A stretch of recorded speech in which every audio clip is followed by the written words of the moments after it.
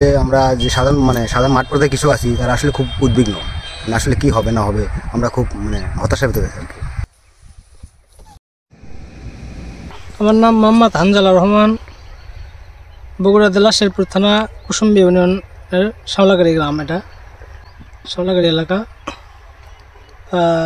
এবছর আমাদের এলাকায় প্রচুর পরিমাণে আলুর আবাদ হয়েছে, গতবার চেয়ে এবছর আবাদ অনেক বেশি। আচ্ছা, এরকম দেখা যাচ্ছে আর কি। আচ্ছা, ফলনও আশা করছি গতবার চেয়ে বেশি হবে। সব দিকে বিবেচনা করে পাওয়া যাচ্ছে ফলন বেশি হবে। গত বছর কেমন দাম পেয়েছিলেন? গত বছর সর্বনিম্ন তা আমরা 30-35 টাকা কেজি বিক্রি করছিলাম জমিতে। এবছর কেমন আশা করছেন? এবছর দাম কম মনে হচ্ছে, কত আর বাজার হবে। তাতে কি আপনাদের লোকসান হওয়ার সম্ভাবনা আছে? হ্যাঁ, লোকসান হওয়ার সম্ভাবনাই বেশি। যেরকম বাজার দেখা যাচ্ছে তাতে লোকসান হওয়ার সম্ভাবনাই বেশি এবছর আমাদের। এবছর আলুর দাম নিয়ে আমরা খুবই উদ্বিগ্ন হচ্ছি, কারণ যে আমাদের ক্ষতির আশঙ্কাই বেশি এবছর। এটা কি উৎপাদন বেশি হওয়ার কারণে নাকি কারণ বলে মনে করছেন? হ্যাঁ, মূলত উৎপাদন বেশি হওয়ার কারণে আমরা এটা মনে করতেছি আর কি।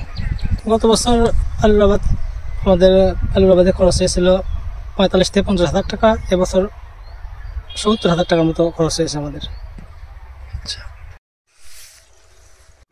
আসসালামু আলাইকুম, আমার নাম রায়হান হোসেন, আমার বাসা আগ্রামপুরে, বড়িরহাট।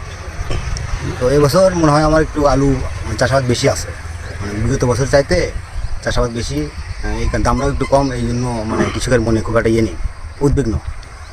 তো আমরা চাচ্ছি যে সরকার যদি ভালো কোনো একটা পদক্ষেপ নিত, তাহলে তো আমাদের মতো কৃষকের একটু সুবিধা। গত বছর আমাদের উৎপাদন কম হয়েছিল, কিন্তু এই বছর উৎপাদন বেশি হবে। গাছগুলো ভালো আছে, আবার চাষাবাদও একটু বেশি হয়েছে। গত বছর কেমন খরচ হয়েছিল আর এবছর কত খরচ বেড়েছে? গত বছর আপনার খরচ হয়েছিল পার বিঘায় 45-50 হাজার মতো। এবছর বেশি হয়ে গেছে আমাদের, সব কিছুর দাম বেশি, বীজের দামটাও বেশি, এই জন্য সমস্যা হয়ে গেছে আর কি। এই বছর আপনার চাষাবাদ বেশি হওয়ার কারণে দামটাও তো কম বাজারে আসবে।